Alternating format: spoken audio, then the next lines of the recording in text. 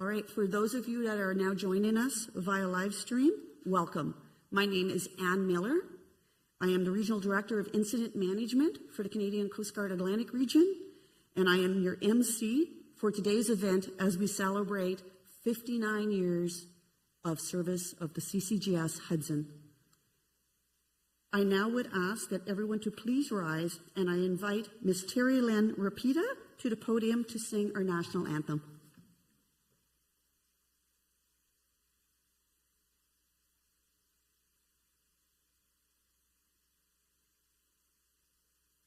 Oh, Canada, our home and native land, true patriot love in all of us command. Quand bras se porte les peines, il sait porter la croix. Ton histoire est une épopée des plus brillants exploits. God, keep our land glorious and free. Oh, Canada, we stand on guard for thee. Oh, Canada, we stand on guard for thee.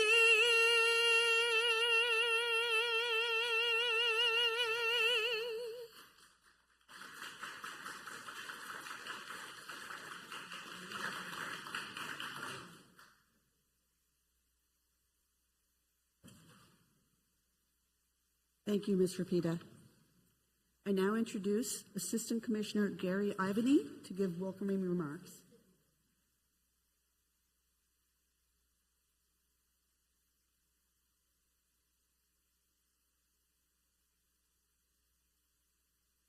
Thank you, Anne. A wonderful job, Terry Lynn. Commissioner, distinguished guests, partners, stakeholders, and colleagues, welcome to the Canadian Coast Guard Ship Hudson's commemorative event. Thank you for joining us as we honor the Coast Guard Ship Hudson after 59 years of service to Canada. I'd like to give a special acknowledgement to one of our colleagues, Mr. William Dobson. Unfortunately, unable to join us today, but he was planning to be here, and he'll be watching this live stream.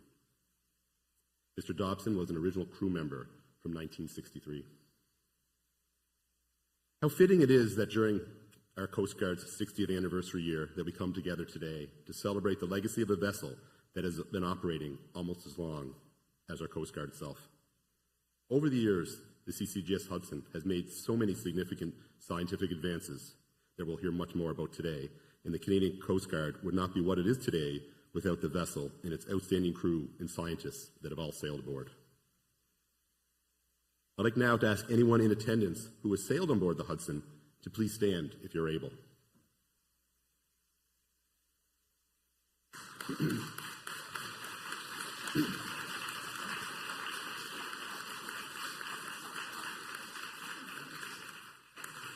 Whether it has been lashing equipment, keeping the engines running, navigating a watch, operating science equipment, studying scientific data, or any of the other tasks undertaking to run the vessel and its successful missions, I sincerely thank you all for being part of the Coast Guard Ship Hudson's journey.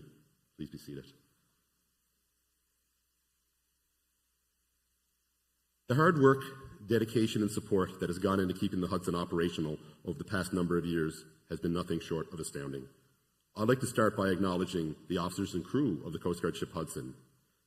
Denise Weber, Senior Director of Fleet, and her extended team, as well as Jane Kelsey, our Director of Integrated Technical Services, and her extended team, for all the work over the years, as well as the ongoing and continuing work through the decommissioning process. All of this work is a testament to your pride in the work that you undertake every day in the Canadian Coast Guard in this vessel. I'm delighted to see how many people have come out here today. It is a demonstration of how significant this vessel is to so many people. While it feels bittersweet, let's give the old Hudson a good farewell and rejoice in the 6 decades of success and memories it has brought to us. So thank you all for taking the time for joining us on this very special occasion, and I'll hand it back to Anne.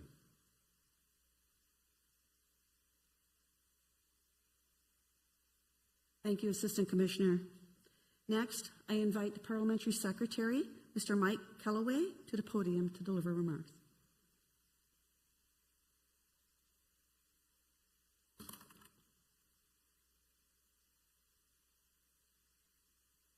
Thank you so much, and Commissioner and distinguished guests and officers and crew, and my 2 colleagues, Daryl Sampson and Lena Diab, who are here today, who are advocates, strong advocates for the Coast Guard and Department of Fisheries and Oceans. Thank you so much. And once again, thank you for being here as we gather to commemorate the CCGS Hudson and celebrate the accomplishments of this proud ship and the hundreds of people who've worked on it over the years, and often, quite frankly, call it home. The CCGS Hudson is almost as old as the Coast Guard itself, which is, if you missed our big anniversary earlier this year, is 60 years old. The Hudson has been around, as mentioned, for 59 of those years. It was the oldest vessel in the Coast Guard fleet, having come into service in 1963. But it didn't start as a Coast Guard ship. The Hudson was formerly known as the CSS Hudson, and the CSS stands for the Canadian Scientific Ship. And it was originally under the service of the Department of Mines and Technical Surveys, which today we call the Natural Resources of Canada.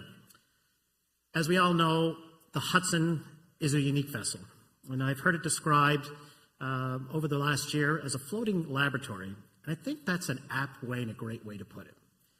Everything from its laboratory spaces to its hull design that helped it remain on station and comfortable to work on heavy seas was built with the purpose of advancing Canadian oceanographic sciences. Throughout its life, the Hudson accomplished much for Canadian and international marine history. In 1970, it became the first vessel to completely circumnavigate the Americas, carrying over 120 scientists.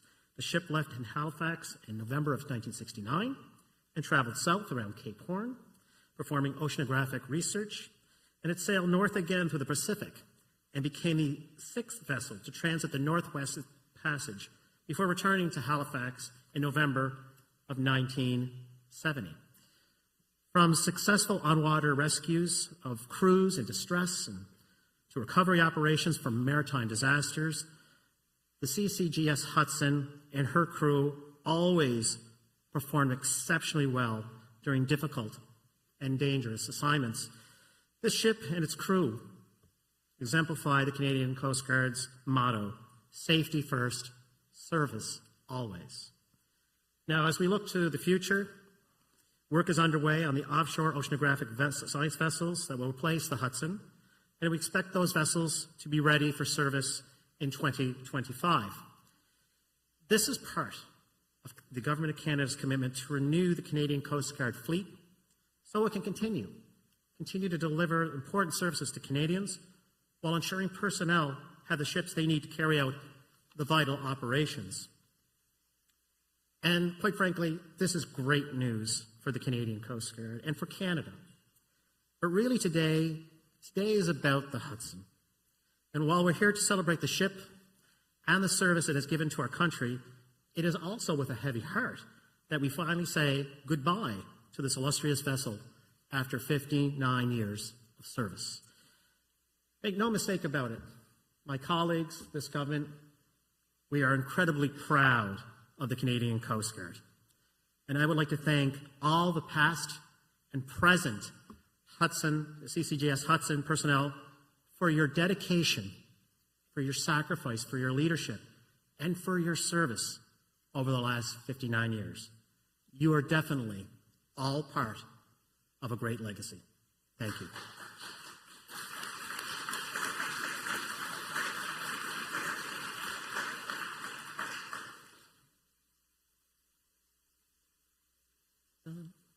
Oh, I forgot one person, and I see when I put my glasses on, I can see somebody in the audience. I'd like to acknowledge MP Darren Fisher for being here as well.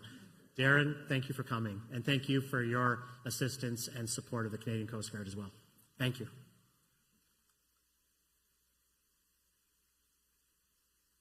Thank you, Mr. Kellaway. At this time, I'd like to introduce and welcome the Commissioner of the Canadian Coast Guard, Mario Peltier.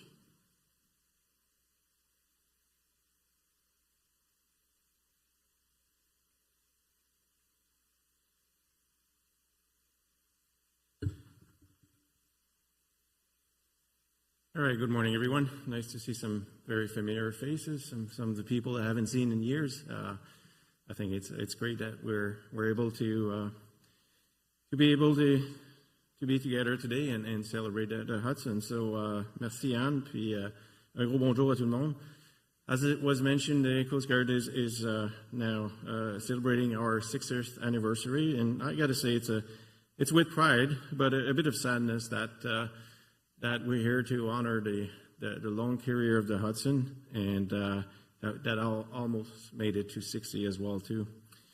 So the fact that the Hudson could sail for so long is definitely a credit to the skilled hands who built it to start with, and the dedicated Coast Guard personnel who received and who cared and crewed it for so long, and all the tradespeople that were able to carry refits along those 59 years of service. Vessel repair, refit, and maintenance enables us to continue to provide critical services effectively and safely on Canadian waters. Refits and 2 separate vessel life extension projects help the Hudson to continue serving Canada and Canadians long after our original expected lifespan by more than 20 years. These dedicated efforts enable the Hudson to travel an estimated of 1.7 million nautical miles. So just to put that in perspective, that would be, what does that mean? It means about 78, circumnavigation of the globe, or in more modern term, it would mean 5 trips back and forth to the moon. So that's quite exceptional. The Hudson was an incredible vessel and touched many people's life. And Peter Brick, who unfortunately is not with us today, he's assigned on board the Grey, I believe. But he's one of those people. So Peter's father was the first Hudson's chief officer. And when Peter was 6, he saw the ship being built. When the government of Canada civilian fleet were merged in 1997, it was Peter who created a plan to keep the Hudson in service for another 10 years. Well, that 10 years turned into 20 years, so more than 20 years actually. So it's often said that a ship and its crew, they form a bond. I can attest to that, having navigated on board many of our Coast Guard ships through my career. I am very pleased that we will hear in a few minutes from Fergus Francie, the last commanding officer to sail the Hudson. It is due to so many people, such as countless other commanding officers. Some of them are here today, chief engineers, deckhands, cooks, stewards, oilers, and many others who put their heart and their soul in ensuring the vessels are at sea to serve Canadians coast to coast to coast. In the case of Hudson, abroad as well, too.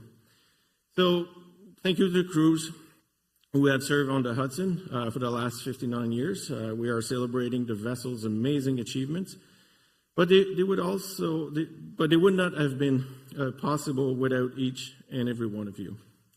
The Hudson a été un grand navire pour son époque, son environnement, mais son héritage perdurera. Et l'esprit du Hudson sera sans aucun doute ressenti dans notre nouveau navire qui le remplacera, et puis dans les années à venir. As mentioned, The construction of our new state-of-the-art vessel is now underway at Seaspan's Vancouver shipyard. We look forward to welcoming this new vessel in the Canadian Coast Guard fleet. Our new vessel, of course, will need people to serve on them. Our employees are already highly skilled and recognized internationally for their expertise. We continue to seek people with the right skills for our present and future needs. People with passion and passion for and pride in what they do. I think it's fair to say that, our people are very passionate about what they do and eager to share their knowledge along with a few great stories I'm sure we're going to hear later today. So aujourd'hui, c'est le temps de dire adieu à l'emblématique navire Hudson, dire au revoir à un bateau iconique. C'est un peu dire au revoir à une partie de nous et puis de notre histoire. So saying goodbye to such an iconic vessel, it's a bit saying goodbye to part of us in our history. So I'd like to thank everyone for joining us today. Your presence really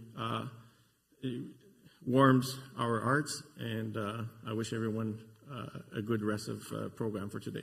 Thanks.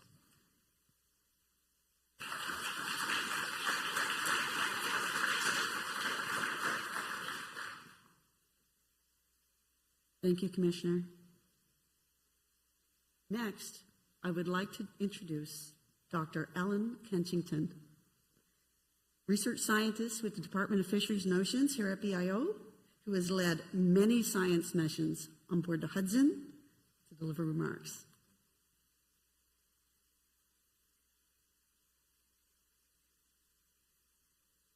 Thank you very much, Anne, and it's such an honor to be here. I really can't express to you how privileged I feel to be able to represent the hundreds, literally hundreds of scientists who have gone aboard Hudson to conduct their work in Canadian and foreign waters. Our ever-growing knowledge of the oceans was made possible in a huge way by this one ship.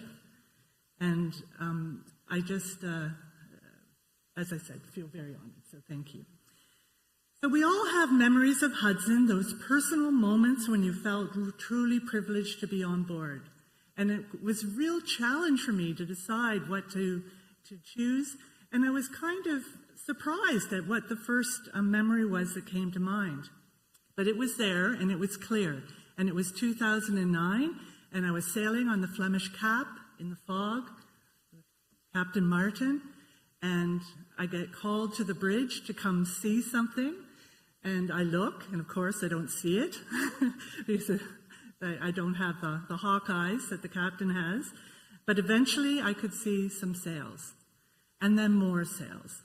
And the sails were coming out of the fog like ghost ships from the past, and it was a flotilla of tall ships making its way home across the Atlantic.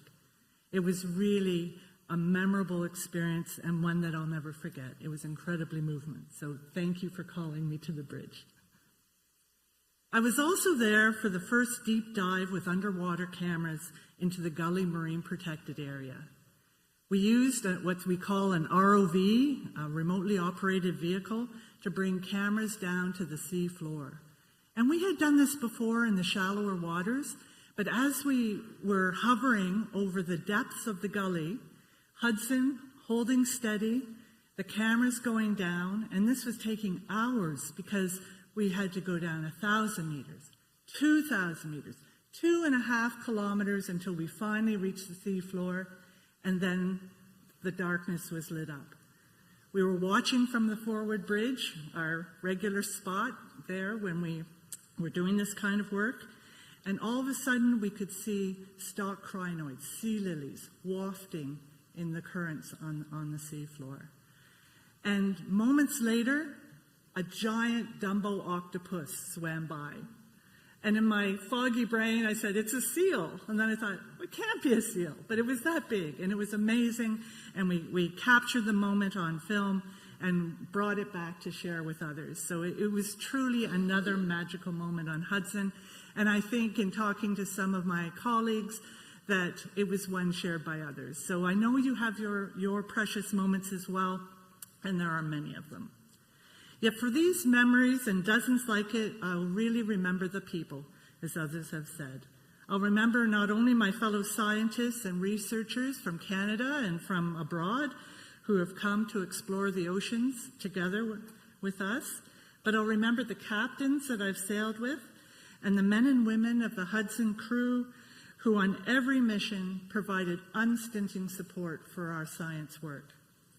From helping us to deploy our gear to supporting our really crazy 24/7 schedules by leaving nice little snacks and dinner plates where we could find them when we needed them, it was very much appreciated. And mostly you kept us safe and provided a familiar environment for us away from home. You were there. While I'm looking forward to our new scientific ship, I will at the same time hold dear my memories of the Hudson. The ship served Canada and science for so well and for so long. Hudson, we offer you our thanks. You are a true and faithful servant. You've earned your rest. Thank you.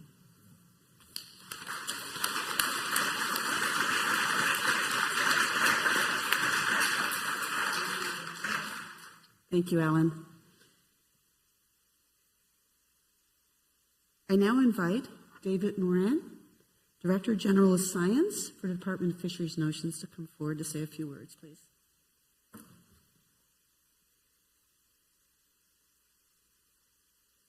Merci beaucoup, Anne. Bon matin à tous. Good morning, everyone, and thank you very much, Anne.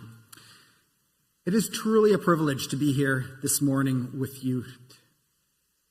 I got to know the Hudson vicariously through many colleagues at the Department of Fisheries and Oceans, as well as at the Canadian Coast Guard. Leading up to the decommissioning of the Hudson in January, I learned so much from my colleagues about what she did, some of her rich history, and the many missions that she did. Thank you for taking time to share those precious memories and your experiences with me. It taught me a lot. What stood out the most to me in our conversations were the fond memories and pride people had in having sailed on the Hudson. That came across quite clearly in all of the discussions that we had. Colleagues spoke very passionately about the many missions they did, the capacities of the Hudson. I heard about them so many times. The many firsts that she did over all of those years. People described her unique banana shape that was recognized just about everywhere. The spectacular longevity of that vessel.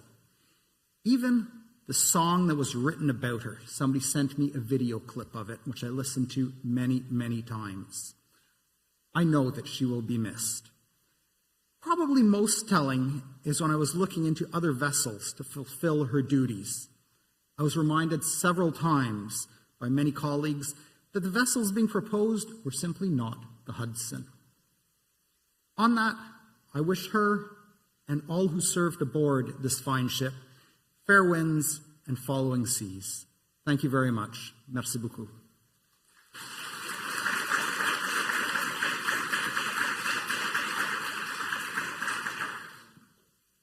Thank you. Next, I would like to introduce Stephen Locke, Director of the Geological Survey of Canada for Atlantic Region, to speak on behalf of Natural Resources Canada.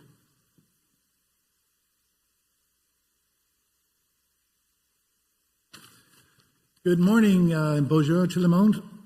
I'm very honored to be asked to speak on behalf of Natural Resources Canada.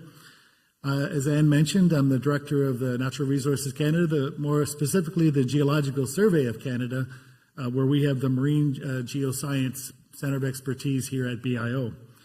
Some people don't realize that BIO is a multi-departmental institute where there's DFO and NRCan, and I often talk about the 4 disciplines of oceanography, the physical, chemical, biological, and geological. And we do the geological work where DFO does the physical, chemical, and biological. And we all work together, our scientists, and work with Coast Guard to make it all happen and to just discover those findings in the ocean. Many people do not realize that it was also NRCan's predecessor, the Department of Mines and Technical Surveys, that commissioned the Hudson back in 1970. under the leadership of our deputy minister at the time, Dr. William E. Van Steenberg, who had worked many years to achieve his dream of a federal research facility as well as a world-class oceanographic vessel, the Canadian science ship CSS Hudson. At that time, in the early 60s, the federal priorities were around offshore resources, minerals, oil and gas, and not so much environmental protection and ecosystem that Ellen would have worked on. In 1970, 8 years later, our department, our predecessor department, handed over 3 buildings plus the vessels, including the Hudson, to the Department of Fisheries and Forestry, DFO's predecessor, under an MOU with both departments, with the Mines and Technical Services to remain doing the geology, while Fisheries and Forestry did the other disciplines. So in the early 60s and 70s, the early life of the Hudson, this was a time of great revolution in earth science with the advent of plate tectonics, and the Hudson and scientists contributed to many international science efforts, with the Hudson performing numerous expeditions to the Mid-Atlantic Ridge, taking core and grab samples, and collecting bathymetry, gravity, magnetism, and seismic data. The Hudson deployed survey and sampling technology that was developed right here at BIO, such as the rock core drill and the ocean bottom seismometers. Though described as elegant and comfortable, the Hudson was a workhorse, until recently spending an average of 200 days per year at sea, supporting scientists from BIO and academia. Still, she managed to sneak away for a few weeks at Expo 67 in Montreal and brought back this wonderful display here that if it lights up, you would really be impressed if we had the lights turned on. 2 years later, in 1969, she set out for Hudson 70, which was an ambitious and unprecedented circumnavigation of the Americas. And this carried out all oceanographic disciplines, including visiting Antarctica before traversing the Pacific Ocean through the fabled Northwest Passage. She returned to Halifax Harbor some 11 months later. So can you imagine today doing an 11-month cruise, the logistics and the overtime that would be involved? So scores of scientists and technicians sailed on the Hudson, many of them here today, over the years, and remember her fondly for her exceptional qualities, her seaworthiness, station-keeping ability, and her comfort.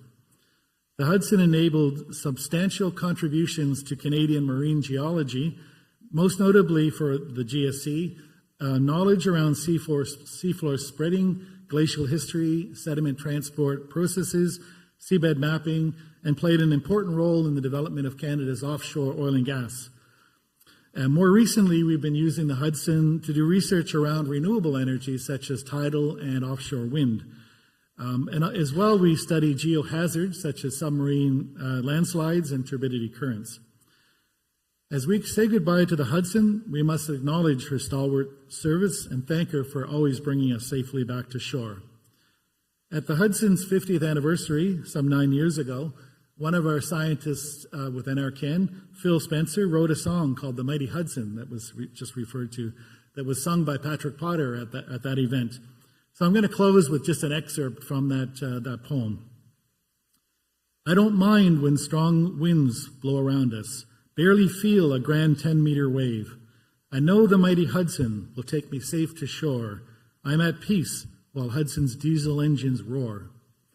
So thank you.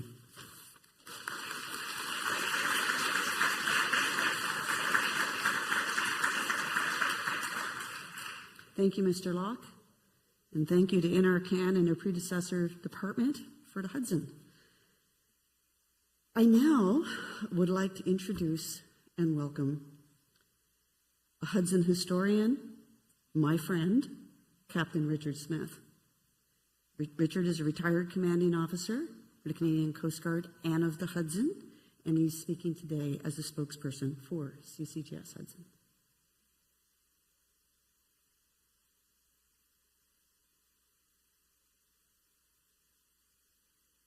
Thanks, Anne, and good morning, everyone.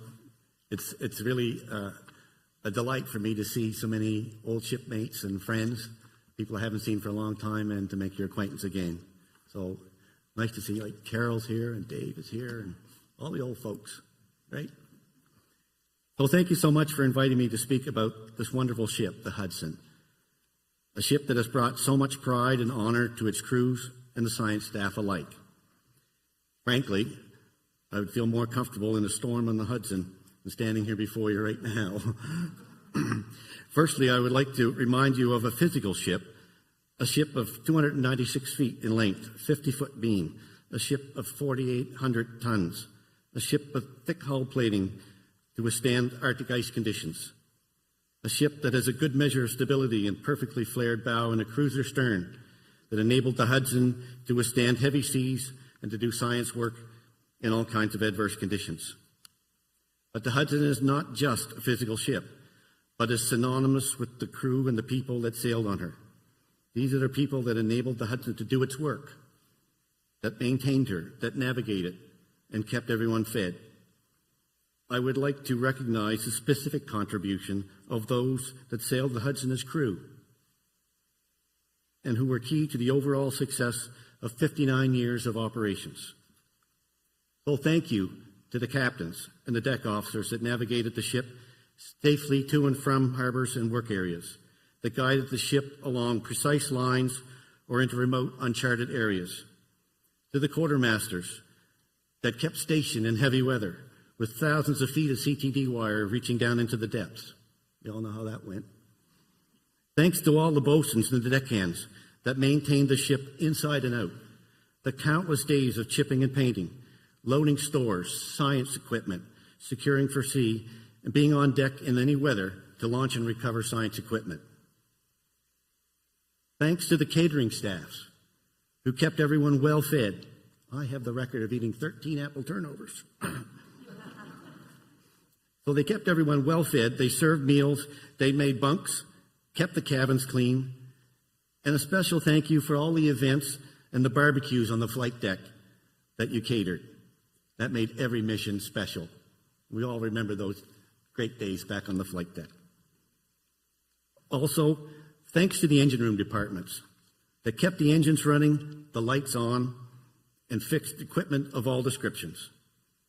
Special thank you to the chief engineers, like Jim Rippey, Vic Parks, Mike Wiltshire, Dan Hornick, Peter Brick, Chris Longley, Richard Van de Baren, and Derek Coolin, just to name a few, who did so much work in preparing and running refits that helped the Hudson stay in service and extending her life to the present day. So thank you.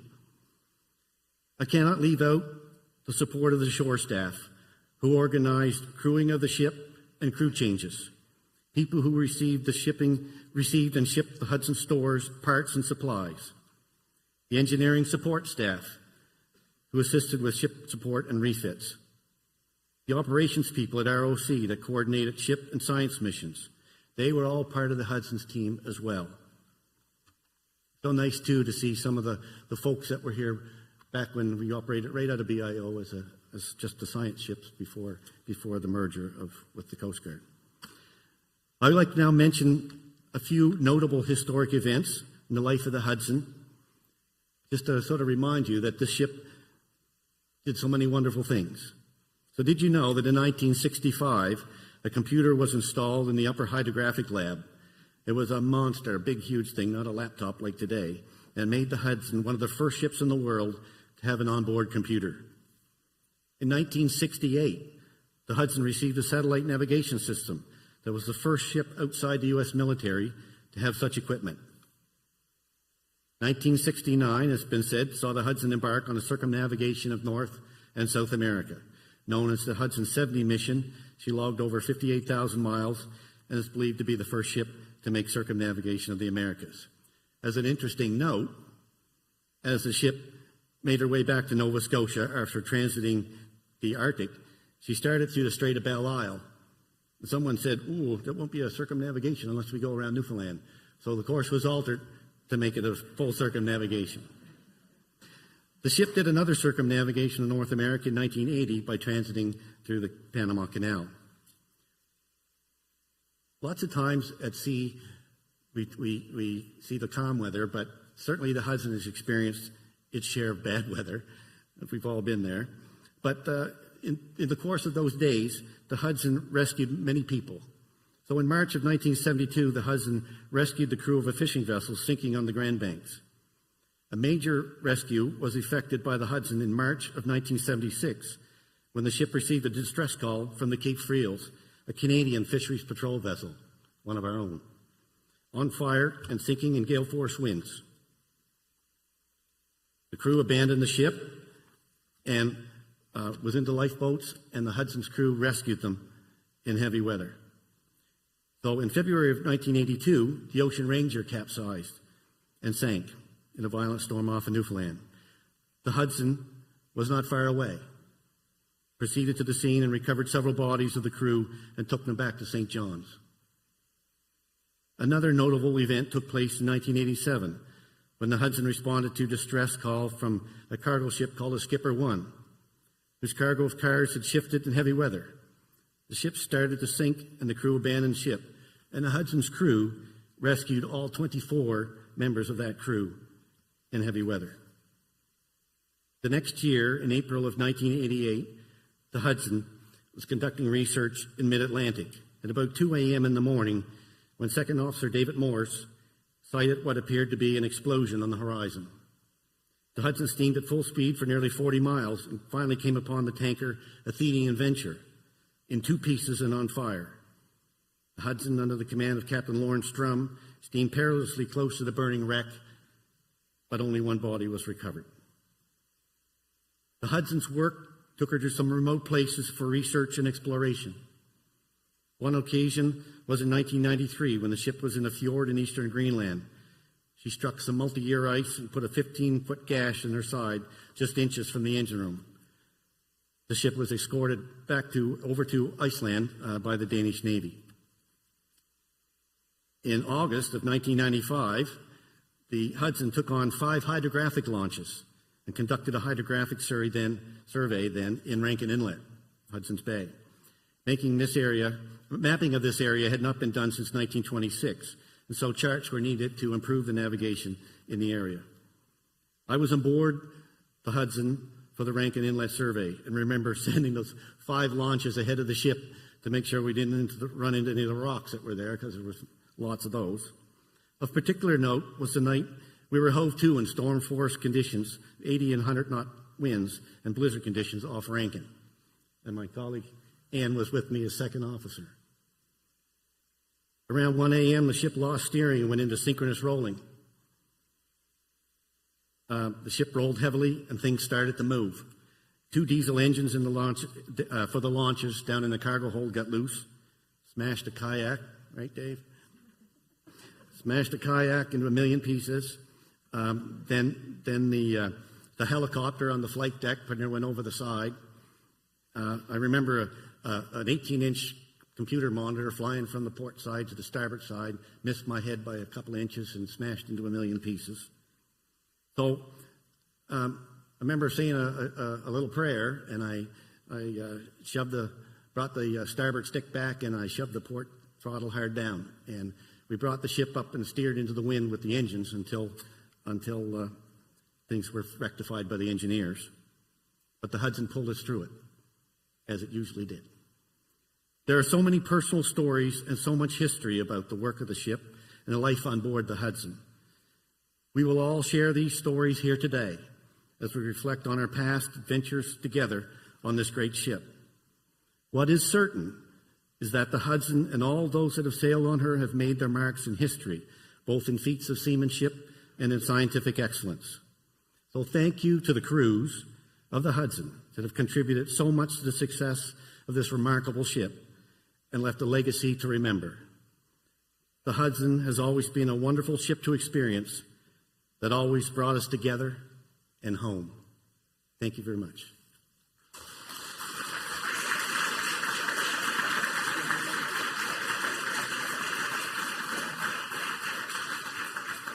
Thank you, Captain Smith. Next up, we'd like to share a video highlighting some of the important work and milestones throughout the Hudson's 59 years of outstanding service. Lights, but this is no longer working.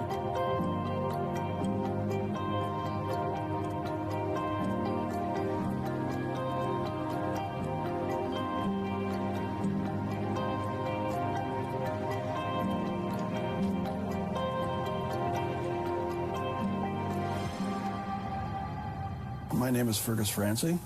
I'm the commanding officer of the Coast Guard ship Hudson, which we are presently on board. And we're here to tell the story. During the life of Hudson, she has carried out numerous scientific missions for all science departments within the Canadian government. We've also assisted with other governments as part of the international science community. Mon nom est Marc Ringuette, je suis biologiste océanographique de Bedford. History of Hudson is really important within the scientific community, that's for sure. The very first part of the Hudson's history that is really dear to my heart, it was one of the first oceanographic design ship that we had in Canada in the late 60s, early 70s. The Hudson was actually spearheading a fleet of vessels. We have done everything from hydrography to ocean chemistry, geophysics, hazard analysis. The list goes on. Quant à et plus du programme, le Hudson était évidemment la plateforme sur laquelle on a pu monitorer la mer du Labrador et tous les paramètres physico-chimiques et biologiques que ça implique et de regarder les connexions en fait avec l'atmosphère et le reste des océans du monde. Well, the big thing about Hudson, it does a lot of work with the AZMP program, which looks at changes within the ocean and the currents, temperatures, salinities, and chemical properties, to name a few of the things that they're constantly looking at. And it also helps us to determine if there is actually a change in the climate. We had the means to develop all sorts of projects. The 70 expedition is a really good example of that. And the ship circumnavigated both Americas. And what I was able to do on that cruise is sample the plankton in the water from about the surface down to about 800 to 1,000 meters. All of the data collected all happened before the current warming. So what that will provide is that we have a database for what those oceans were like when we're in a cold climate versus a warmer climate. There was lots of really, really groundbreaking and interesting scientific hypotheses. There was lots of other experiments like that. They were using magnetism to clearly define the form of Earth. But the application of that was to satellite radar imagery. The idea was to build a knowledge of the form of the ocean so they could calibrate radar satellite imagery. Another thing that we've gone in and looked at is geohazards. There's been talk recently of tsunamis occurring because of underwater landslides. We get the scientists and they start mapping the ocean bottoms of areas of concern. In 2018, we were up in a place called Southwind Fjord up in Baffin Island. And what we were looking for was a recent landslide and just to see how it occurred and the manner it occurred. And you get more of an appreciation of the changes that occur on a day-to-day basis. Canada is responsible for some of the largest areas of the world's oceans. Hudson, along with her other vessels, they were charting Canadian Arctic waters by doing hydrography. It'll serve the mariner for years to come and hopefully keep Canadian waterways safer. We're only tapping into what the ocean is all about. We're going to have to continue the collection of information and data. It also helps other countries if we provide them with the ongoing scientific information so everyone gets the big picture. We are the stewards of the Canadian Arctic. If there's a search and rescue, we have to assist those that are in trouble. We have to expand on the chart work. With global warming, there's ever more increase of international shipping up there because it is the shorter route. The environmental data that we are collecting are now more and more incorporated into the fisheries model. They are used to forecast that we can harvest in the future. With the new ship, we're entering into a completely new world where we will be able to add much more current technology. The possibilities will be completely different, so that will help us going further, hopefully.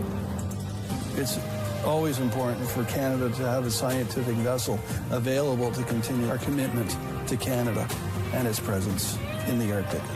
What I will miss about the ship is some of the people who will retire in between the two vessels. I'm happy to participate in the ceremony, celebrating the past of that vessel who did so much for the scientific community.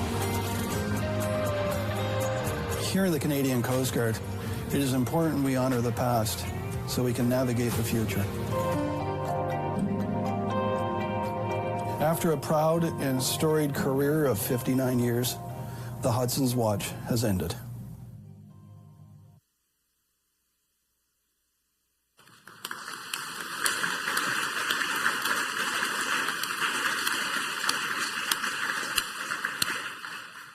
Very well done. Congratulations and thank you for those that were involved in making that video. It certainly showcases and captures the many achievements of the Hudson's 59 years of delivering critical national and international ocean science and mapping programs. Thank you. I now invite Assistant Commissioner Ivney to return to the podium to deliver closing remarks. Right.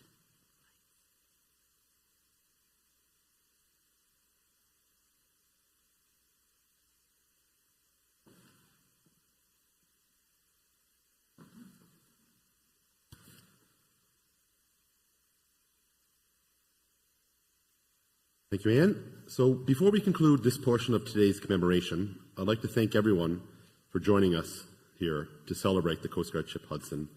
And special thanks to our speakers, Parliamentary Secretary Galloway, Commissioner Pelletier, Dr. Kenchington, David Morin, Stephen Locke, and Captain Smith. And special thank you to our vocalist Terry Lynn Rapita and Elder Eisen. Before we proceed to the jetty to lower the Canadian Coast Guard jack on the Coast Guard ship Hudson for the last time, we will ring the Hudson's bell. And at this time, I'd like to ask the following people to come forward. Captain David Martin, retired long-serving commanding officer on the Coast Guard ship Hudson. Chief Engineer Chris Longley, one of our current chief engineers assigned to the Coast Guard ship Hudson. Jay Barthelot, mechanical engineering technologist with the Science Branch, Fisheries and Oceans Canada. Mariana Duque Rivera, current navigation officer on the Coast Guard ship Hudson.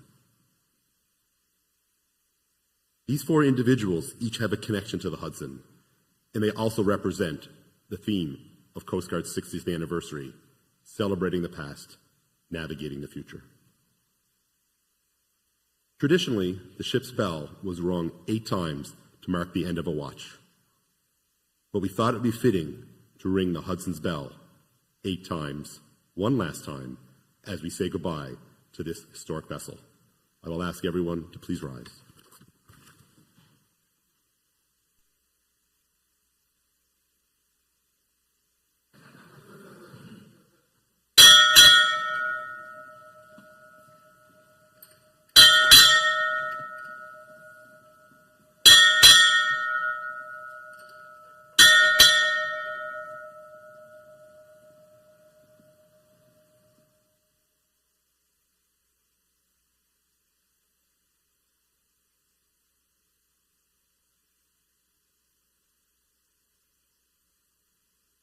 Thank you very much.